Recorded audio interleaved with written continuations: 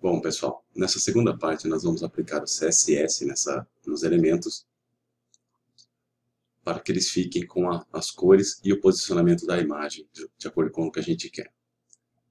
Lembre-se que eu coloquei essa classe secundária na primeira div, então agora nós vamos colocar o estilo para esta classe. Na aba CSS, você vê aqui, ele mostra as style sheets que a gente já tem. Bootstrap.css é um arquivo padrão do Bootstrap que foi adicionado quando a gente iniciou o projeto. Esse X significa que as regras não estão aparecendo aqui embaixo. Se eu tirar o X, elas vão aparecer aqui. Como a gente não altera o arquivo bootstrap.css, é bom deixar ele escondido mesmo, né? Hide and show, conforme você pode ver aqui no balãozinho. Essa style é a mesma coisa, o CSS que eu criei, é um outro arquivo externo, que eu posso também esconder ou não. Bom, aqui embaixo são as regras que eu já criei no style.css. Vocês notam que tem só apenas duas regras, né, da navbar. E esse checkbox, quando eu clico, ele mostra as classes que estão ativas para esse elemento. Ou seja, eu posso filtrar as classes que estão aqui. Vamos supor que a gente tem muita classe, para não ficar procurando, eu clico aqui, ó, ativo. Como não existe nenhuma classe ativa para div secundária, sumiu tudo aqui. Então eu vou adicionar agora uma classe, clicando no botão Add Rule, ou seja, adicionar regra. E eu já sei que a classe é secundária, então eu vou adicionar essa regra. Lembrando que aqui eu estou criando uma regra na folha de estilo externa, né? A gente já fez isso uma vez quando eu adicionei a classe no elemento div, na classe secundária, e agora eu vou adicionar no meu arquivo style.css. Tem um botão aqui que chama Create and Assign, ou seja, criar e colocar a classe. Ou seja, ele criaria uma classe aqui e adicionaria a classe, mas eu já fiz isso, então não há necessidade. Mas vamos supor que essa div não tivesse a classe secundária, bastaria eu clicar em Create and Assign. Então eu vou criar e ele já criou aqui, ó, o seletor, qual que é secundária, e se tem alguma media query aqui. Por enquanto nós não vamos utilizar isso. Para esse elemento a gente vai colocar as cores de fundo, vamos ver no nosso layout. Então essa div ela é um pouco diferente das demais, né? Que escrito, a fonte está num cinza bem escuro, quase preto, fundo branco. As outras de baixo aqui idem, e a contact é uma outra cor. Então nós vamos trabalhar agora, aplicar este fundo e essa cor aqui. Essas duas cores já foram definidas no início do nosso projeto. Elas foram definidas como variáveis less. Vamos lá dar uma olhada? Então eu vou clicar aqui, ó, nesse ícone para ver o editor de código, clicar no botão no link CSS e vou abrir style.css. Vejam que aqui eu já defini essas variáveis e a variável lilás é a cor secundária e o meu texto é a cor texto clara, que é um cinza bem clarinho. Vamos para o meu CSS. Aqui está a regra que eu criei, mas ainda não adicionei nada. A cor da fonte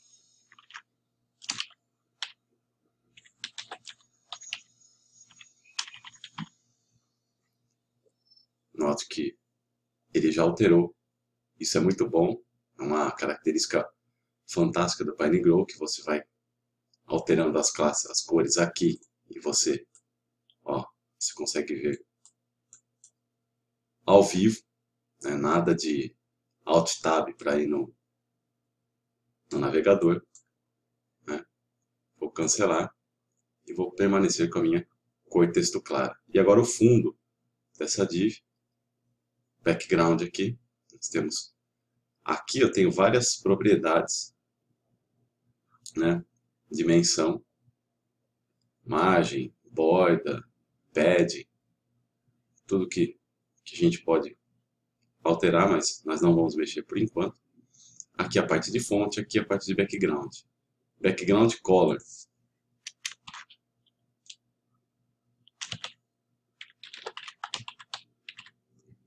É a cor secundária, né? Maravilhas do CSS. Salvei o arquivo. Vamos voltar para as regras. Por enquanto, nós não vamos mexer ainda no padding e na margem, né? Você pode ver que ficou estreito aqui, porque está faltando algumas coisas de margem, tamanho de fonte. Mas isso a gente vai fazer no final, para ajustar todas as cores, fontes de uma vez só. Você vai ver que vai ser bem mais rápido isso. E agora nós vamos trabalhar com essa imagem e vamos criar uma regra para que ela fique na posição que nós precisamos.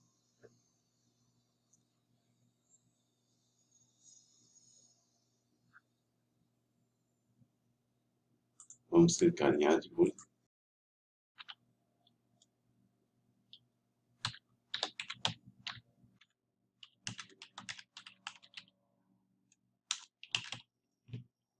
O que essa regra quer dizer?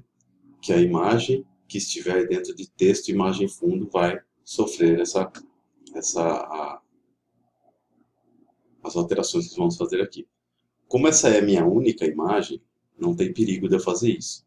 Se eu tivesse duas imagens, ambas sofreriam essas alterações, então eu teria que colocar uma classe nessa imagem ou um ID. Então, nós vamos usar apenas assim, porque nessa classe, nessa div, texto, imagem e fundo, só tem uma imagem. Primeiramente, vamos utilizar para um determinado breakpoint. E qual é esse breakpoint? Vamos começar com 992. Porque daqui para baixo, eu vou deixar a imagem aqui embaixo mesmo. Né? Nós temos uma largura mais estreita, então vamos deixar o texto e a imagem embaixo. Só a partir de uma determinada largura é que eu quero que essa imagem vá para lá. E essa largura inicial vai ser 992, que é o nosso breakpoint. Aqui, ó. Vamos criar uma media query.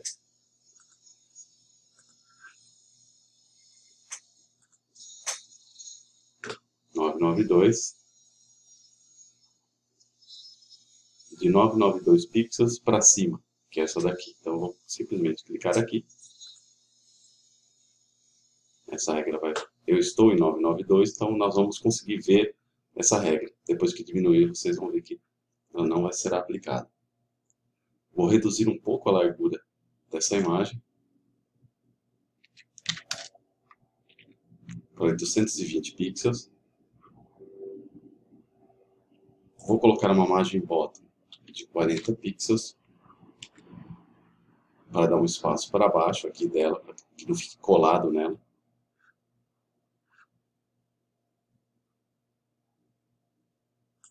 Top menos 40 pixels. Você viu que não mudou nada porque ainda falta uma regra na div texto, imagem, fundo. Right 0 e meus index eu vou deixar 0.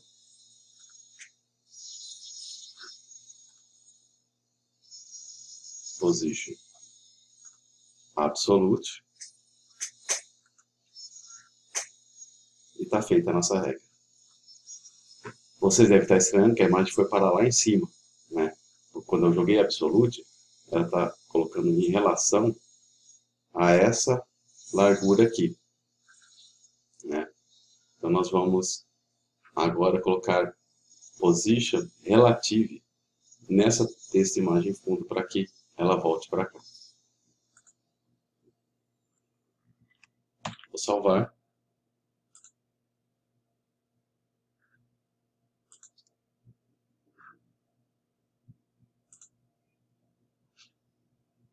Vou criar uma regra.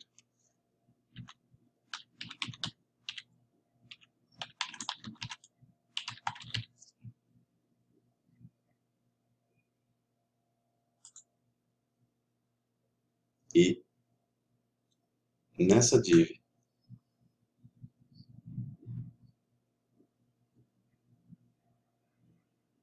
Vamos colocar a position relative. E aí sim, a imagem ficou do jeito que a gente queria. Lembre-se que a gente tinha colocado a regra na imagem para 992 para cima. Então ela vai continuar funcionando, ó. Mas a partir de quando eu estiver abaixo de 992, essa regra não se aplica. Ela continua aqui. Você acompanha a largura aqui em cima. Quando chegar em 992 pixels, a regra passa a valer. Legal? Ela está sobrepondo aqui esse texto, porque a gente ainda não colocou o pad. Vamos fazer isso mais para frente. Vamos voltar para as regras. Vamos salvar o arquivo.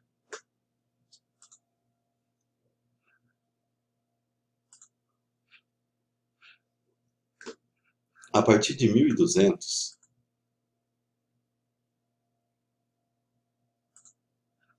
eu vou deixar essa imagem um pouco maior, porque eu já tenho mais espaço na tela.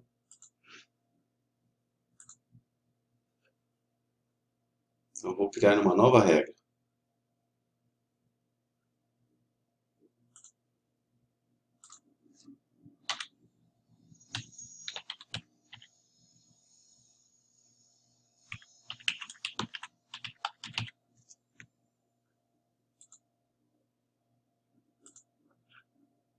A partir de 1200 para cima.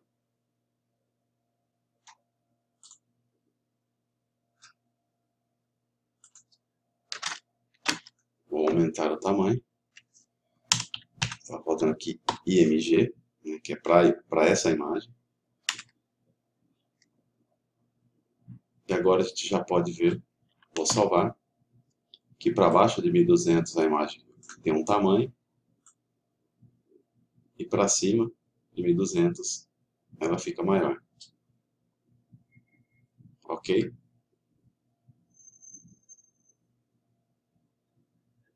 Olha que bacana. Acima de 1200 ela já ficou maior. Vamos voltar para as regras.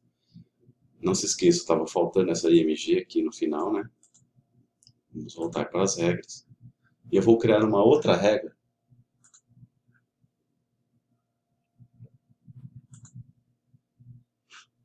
Para quando eu tiver com 1400. Eu vou pôr aqui 1600. Notem esse combo, esse drop down, que está escrito fit, ou seja, encaixar. Se eu colocar 100%, vai surgir uma barra de rolagem aqui embaixo, porque eu não tenho 1600 aqui. Esse espaço é menor no meu monitor, então não caberia. Então eu vou aumentar um pouco essa imagem para 1200 e acima. Vou criar novamente uma regra. Texto. Imagem. Fundo. IMG. Aqui nós não temos o valor de 1400, né? Então o que nós vamos fazer? Vou cancelar. E eu mesmo vou escrever aqui.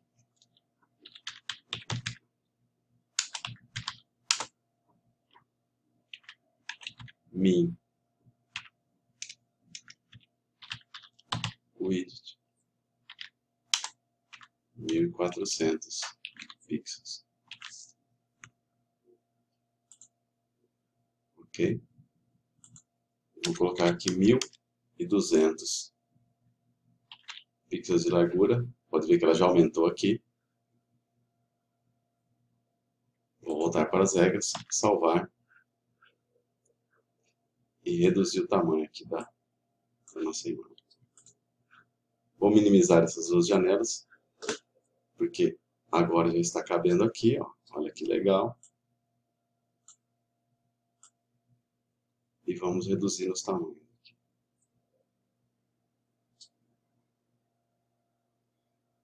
Você vai ver que de acordo com a regra que eu fiz, eu evitei que essa borda do notebook alcançasse esse texto. Eu fui reduzindo o tamanho da imagem, né? Ou, se a gente considerar daqui para lá, do menor para o maior, eu fui aumentando o tamanho da imagem. Isso é design responsivo que você testa direto no PineGrow. Você não precisa abrir o seu navegador e utilizar aquele F12. Ok?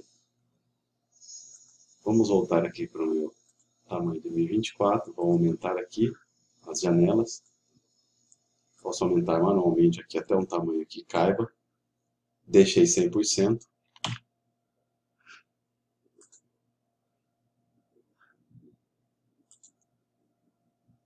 E aqui está pronto o nosso CSS. Lembrando que pad, margem, nós vamos regular isso depois, para que essa barra lilás fique da altura que está no nosso layout, e para que isso não fique sobrepondo esse elemento, ok? Bom, nessa aula a gente viu, como você pode notar aqui, já uma coisa um pouco mais avançada, algumas regras avançadas de CSS, e também aprendemos a trabalhar com Media Query, né? Utilizamos aqui 3 breakpoints, que é 992, 1200 e 1400, para que essa imagem fique do jeito que a gente quer, de acordo com o nosso layout, e não atrapalhe esse texto aqui, ok?